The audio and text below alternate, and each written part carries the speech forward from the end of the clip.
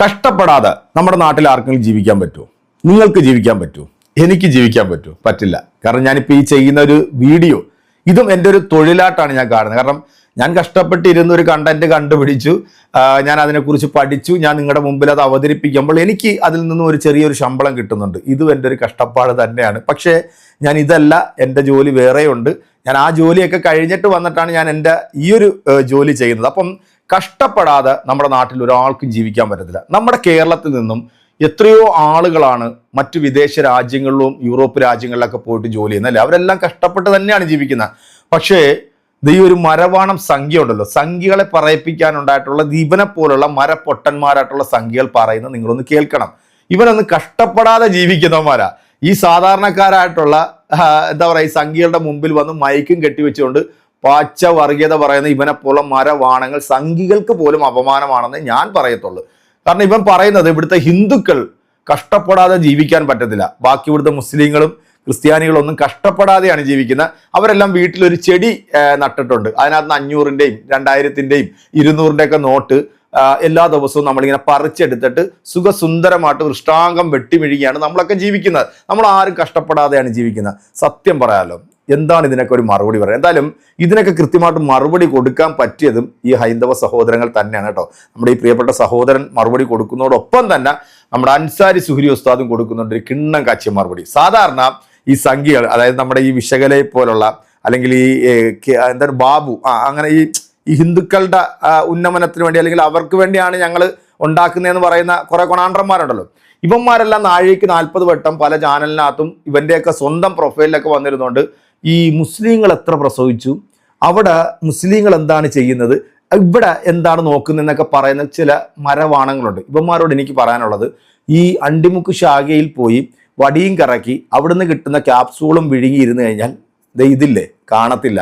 നന്നായിട്ട് കഷ്ടപ്പെടുന്ന ഹൈന്ദവ സഹോദരങ്ങളും നന്നായിട്ട് കഷ്ടപ്പെടുന്ന മറ്റ് ഇതര മതവിഭാഗത്തിൽപ്പെട്ടിട്ടുള്ള ആളുകളൊക്കെ നല്ല സുഖസുന്ദരമായിട്ടാണ് നമ്മുടെ കേരളത്തിൽ ജീവിക്കുന്നത്. തല ഉയർത്തി തന്നെയാണ് അവർ ജീവിക്കുന്നത്. അവർ ഒരുപാട് ബിസിനസ് സംവിധാനങ്ങൾ കൊണ്ടുവരുന്നുണ്ട്, അവർ ഒരുപാട് പേർക്ക് ജോലി കൊടുക്കുന്നുണ്ട്. പക്ഷെ നിന്നെപ്പോലുള്ള മരവാണങ്ങൾ പച്ച വർഗീയതയും പറഞ്ഞ് ഈ മതമെന്നും പറഞ്ഞ് തലയ്ക്ക് പിടിച്ചിരിക്കുമ്പോഴത്തേക്ക് ഒരു പുരോഗതി ഉണ്ടാകത്തില്ല. എന്നാണേലും ലേറ്റസ്റ്റ് ആയിട്ട് വന്നിരിക്കുന്ന ഈ സംഖ്യ മരവാണത്തിന്റെ ഈ വീഡിയോ നിങ്ങളൊന്ന് കാണണം.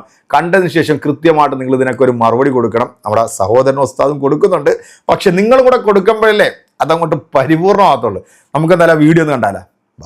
ഇവിടുത്തെ ഹിന്ദുവിന് ജീവിക്കണമെങ്കിൽ ദിവസവും പണിയെടുക്കണം. തൽക്കാലം ഈ വീഡിയോ കണ്ടില്ല, ഈ വീഡിയോക്ക് ഞാൻ മറുപടി പറയുന്നില്ല. നമ്മൾ അൻസാരി ഉസ്താദ് ഉണ്ടല്ല, ഉസ്താദ് ഈ വീഡിയോ കണ്ടില്ല, നല്ല മനോഹരമായ മറുപടി പറഞ്ഞിട്ടുണ്ട്. ആ മറുപടി നമുക്കൊന്ന് കേട്ടിട്ട് വരാം. ഇവിടുത്തെ ഹിന്ദുവിന് ജീവിക്കണമെങ്കിൽ ദിവസവും പണിയെടുക്കണം. അതിനൊക്കെ ഞങ്ങൾ മുസ്ലിങ്ങളും ക്രിസ്ത്യാനികളും കണ്ട ഞങ്ങൾക്ക് പണിക്കും പോകണം, ഒന്നിനും വേണ്ട. വീടിന്റെ മുറ്റത്ത് 500-ന്റെ നോട്ട് കളിക്കുന്ന ഒരു മരം വെച്ച് കഴിഞ്ഞാൽ ജീവിതം സുന്ദരം. എന്റെ പൊന്നണ്ണ, പണിക്ക് പോകണമെന്നാ പൈസ ഉണ്ടാണെങ്കിൽ. ഒന്നാമത്തെ കാര്യം നോക്കിയാൽ ഇവിടുത്തെ ഹിന്ദുവിനൊന്നും ഒരു പ്രാരബ്ധവും ഇല്ല. അവരൊക്കെ വിദേശ രാജ്യങ്ങളിൽ പോയി അന്തസ്സായിട്ട് അവരൊക്കെ ജോലി ചെയ്യുകയും ആ ശമ്പളം കൊണ്ട് കുടുംബം സന്തോഷമായിട്ട് കഴിയുന്നുണ്ട്. എന്താ പ്രശ്നം അറിയോ?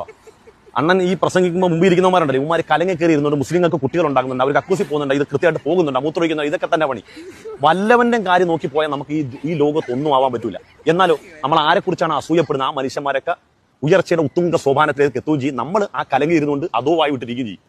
അതുകൊണ്ട് ഹിന്ദു ആണെങ്കിലും മുസ്ലിം ആണെങ്കിലും ക്രിസ്ത്യാനി ആണെങ്കിലും പണിയെടുത്താൽ മാത്രമേ ജീവിക്കാൻ പറ്റത്തുള്ളൂ. ചേട്ടന് മനസ്സിലായ? ഒന്നും മനസ്സിലായിട്ടില്ലെങ്കിൽ സുമേഷ് കറക്കി കാണിക്കും. കറക്കണം സുമേഷ്, കറക്ക്, നന്നായിട്ട് കറക്ക്, നല്ല സ്പീഡിന് പോളൂ. ഫസ്റ്റ് സെക്കൻഡിൽ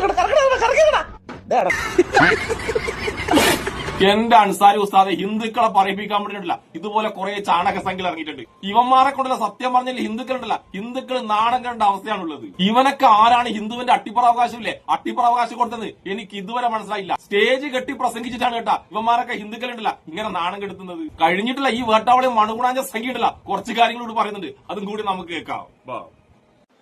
അവന് ഓട്ടോറിക്ഷ ഓടിച്ചില്ലെങ്കിൽ, അവന് മറ്റുള്ളവരുടെ വീടുകളിൽ ജോലി ചെയ്തില്ലെങ്കിൽ, ചുമടെടുത്തില്ലെങ്കിൽ, ഓട്ടോറിക്ഷ ഓടിച്ചില്ലെങ്കിൽ അവന്റെ അന്നത്തെ ചിലവിനുള്ള കാശ് കിട്ടില്ല. അതുകൊണ്ടാണ് അവന് ഇവിടെ വന്നിരിക്കാൻ സമയമില്ലാത്തത്. എന്റെ മൊണ്ണേഷ് കുമാർ സംഘി ഇവിടുത്തെ ഹിന്ദുവിനുണ്ടല്ല അവിടെ വന്നിരുന്ന് നീ പറയുന്ന നൊട്ടയും നുണയില്ലേ പച്ച വർഗീയതൊക്കെ ഉണ്ടല്ല അത് കേൾക്കാൻ സമയമില്ല എന്റെ മൊണ്ണേഷ് കുമാർ സംഘി. ഇവിടുത്തെ ഹിന്ദുവിനുണ്ടല്ല അന്തസ്സായി അധ്വാനിച്ചിട്ടുണ്ടല്ല അവന്റെ കുടുംബം പോറ്റണം. അവന്റെ കുടുംബം പോറ്റാനുള്ള ഓട്ടത്തിലാണ് ഇവിടുത്തെ ഹിന്ദു ആയാലും ശരി, ഇവിടുത്തെ മുസ്ലിം ആയാലും ശരി, ഇവിടുത്തെ ക്രിസ്ത്യാനിയായാലും ശരി അവരൊക്കെ ഓടുന്നത്. നിന്റെ വർത്താനം കേട്ടതൊന്നും ഓട്ടോ ഓടിക്കുന്നതും വേറെ വീട്ടിൽ ജോലി ചെയ്യുന്നില്ലേ അതുപോലെ കൂലിപ്പണിയൊക്കെ എന്തോ വൃത്തികെട്ട പണിയാണെന്ന്. നീ ഇപ്പൊ കാണിക്കുന്ന ഈ വൃത്തികെട്ട പരിപാടിയില്ലേ ഒരു പണിക്കും പോകാതെ അവിടെ കുടിക്കുന്ന സംഖ്യകളുണ്ടല്ല ആ സംഖ്യയോട് ഈ പച്ച വർഗീയത വരുന്നില്ലേ ഇതിനെപ്പോലത്തെ വൃത്തികെട്ട പണിയുണ്ടല്ല ലോകത്ത് വേറെ ഇല്ല. അതായത് നീ എടുക്കുന്ന ഈ പണിയില്ലേ ഈ പണിക്കാണ് നാണം കെട്ട പണി എന്ന് പറയുന്നത്. നിങ്ങൾക്കറിയാം ഹിന്ദു സമൂഹം ഇന്ന് സാമ്പത്തികമായി പിന്നോക്കാവസ്ഥയിലാണ്. ഭാരതം കഴിഞ്ഞ 1 പതിറ്റാണ്ടായി മുന്നോട്ട് പോയിക്കൊണ്ടിരിക്കുകയാണ്. നിങ്ങൾക്കറിയാം ഇന്ന് ഭാരതം സമ്പദ്ഘടനയിൽ ലോകത്തിലെ സമ്പദ് വ്യവസ്ഥകളിൽ എത്രാം സ്ഥാനത്താണെന്ന്. പുരോഗമിച്ച രാജ്യങ്ങൾ, അതായത് സാമ്പത്തികമായി പുരോഗതി കൈവരിച്ച രാജ്യങ്ങളായ Italy, France, Great Britain, Japan എന്നിവയെ വളരെ റീസെന്റായി മറികടന്ന് നമ്മൾ 4-ാം സ്ഥാനത്താണ്. ജർമ്മനിയുടെ തൊട്ടുപിന്നിൽ, US-ന്റെയും ചൈനയുടെയും തൊട്ടുപിന്നിൽ 4-ാം സ്ഥാനം, ജർമ്മനിയുടെയും തൊട്ടുപിന്നിൽ 4-ാം സ്ഥാനത്താണ്. 4.18 ട്രില്യൺ ഇക്കോണമിയാണ് നമ്മുടേത്. ഏകദേശം 5 ട്രില്യൺ ഇക്കോണമിയാണ് ജർമ്മനിയുടേത്. അതുകൂടി മറികടന്നാൽ നമ്മൾ 3-ാം സ്ഥാനത്തെത്തും. സമ്പന്നരുടെ പട്ടിക എടുത്താൽ, അതായത് $100 ബില്യൺ ആസ്തിയുള്ള സമ്പന്നരുടെ പട്ടിക എടുത്താൽ ഇന്ത്യ ഇന്ന് 3-ാം സ്ഥാനത്താണ്. US-ന്റെയും ചൈനയുടെയും തൊട്ടുപിറകിൽ. നിങ്ങൾക്ക് എല്ലാവർക്കും അറിയാം ഇതൊരു ചില്ലറ കാര്യമല്ല. അത് കൈവരിക്കാൻ നമുക്കിന്ന് നമ്മുടെ ഭരണം ആ ഒരു ദിശയിലേക്കാണ് നീങ്ങിക്കൊണ്ടിരിക്കുന്നത്. എന്തായാലും ഈ മണുകുണാഞ്ചൻ സംഖ്യപ്പൊട്ടം പറഞ്ഞ ഒരു കാര്യം കറക്റ്റ് കേട്ടോ. നമ്മുടെ ഇന്ത്യ 4-ാം സ്ഥാനത്താണ് നിൽക്കുന്നത്. പക്ഷെ ഇപ്പോഴും നമ്മുടെ രാജ്യത്തിന്റെ പൗരന്മാർ വിദേശ രാജ്യങ്ങളിൽ പോയി കഷ്ടപ്പെട്ട് ജോലി ചെയ്ത് നമ്മുടെ നാട്ടിലേക്ക് പണം അയക്കുന്നുണ്ട്. ഇവിടുത്തെ സാധാരണക്കാരായിട്ടുള്ള, അതായത് ഈ വില്ലേജുകളിലൊക്കെ, നമ്മൾ വടക്കേ ഇന്ത്യയിലോട്ട് വില്ലേജുകളിലൊക്കെ പോയി കഴിഞ്ഞാൽ കിടക്കാൻ ഒരു കിടപ്പാടമില്ല, വൈദ്യുതി എത്താത്ത സ്ഥലങ്ങൾ. സമ്പന്നന്മാരൊക്കെ വലിയ കാശുണ്ടാക്കി, ഇപ്പൊ അദാനി അംബാനിയെ പോലുള്ളവനൊക്കെ കാശുണ്ടാക്കിയിട്ട് ഇപ്പോഴും നമ്മുടെ പൊതുമുതലെല്ലാം ഈ സ്വകാര്യവൽക്കരിച്ചുകൊണ്ടിരിക്കുക, ഇവന്മാർക്കൊക്കെ വിറ്റ് തൊലച്ചുകൊണ്ടിരിക്കുക. അങ്ങനെ നമ്മുടെ ഇന്ത്യ വലുതായിട്ട് ഉയർന്ന് സാമ്പത്തികത്തിൽ വലിയ നേട്ടം കൊയ്തിട്ടുണ്ട്. ഉസ്താദും നമ്മുടെ സഹോദരനും പറഞ്ഞ കണക്ക് ഇവന്റെയൊക്കെ ഈ പച്ച വർഗീയതയൊക്കെ നമ്മുടെ നാട്ടിലെ ഹൈന്ദവർക്കോ ക്രിസ്ത്യാനികൾക്കോ മുസ്ലിമുകൾക്കോ ഒന്നും സമയമില്ല. അവരൊക്കെ രാവിലെ എണ്ണിറ്റ് ഓടിപ്പോയി കഷ്ടപ്പെട്ട് അവരവരുടെ കുടുംബം നോക്കാൻ വേണ്ടി പെടാപ്പാട് വിട്ടുകൊണ്ടിരിക്കുക. വിയർപ്പിന്റെ അസുഖമുള്ള ഇവനെപ്പോലുള്ള ചില മരപ്പൊട്ടന്മാര് വന്നിരുന്നുണ്ട് കേൾക്കാൻ വേണ്ടി കുറെ സംഖ്യകളുണ്ട്. കഴിഞ്ഞ ദിവസം ഒരു 2-3 സംഖ്യകളെ 10 ലക്ഷം രൂപയുടെ കള്ളനോട്ടമായിട്ട് പിടിച്ചതൊക്കെ അറിഞ്ഞല്ലോ അല്ലെ. അങ്ങനെ പല സംഭവങ്ങളും നമ്മുടെ നാട്ടിൽ നടക്കുന്നുണ്ട്. അപ്പം കഷ്ടപ്പെടാതെ ജീവിക്കാൻ പറ്റുന്ന ഒരു വിഭാഗമാണ് സംഘികൾ.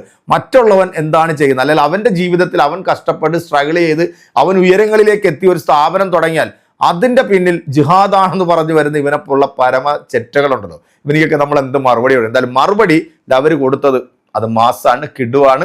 നിങ്ങൾക്ക് അത് ഇഷ്ടപ്പെട്ടുണ്ടെങ്കിൽ നിങ്ങളുടെ കമന്റിലൂടെ ആയിരിക്കാം. നമുക്ക് അടുത്തൊരു വീഡിയോയിൽ വീണ്ടും കാണാം. അതുവരേക്കും എല്ലാവർക്കും ബൈ.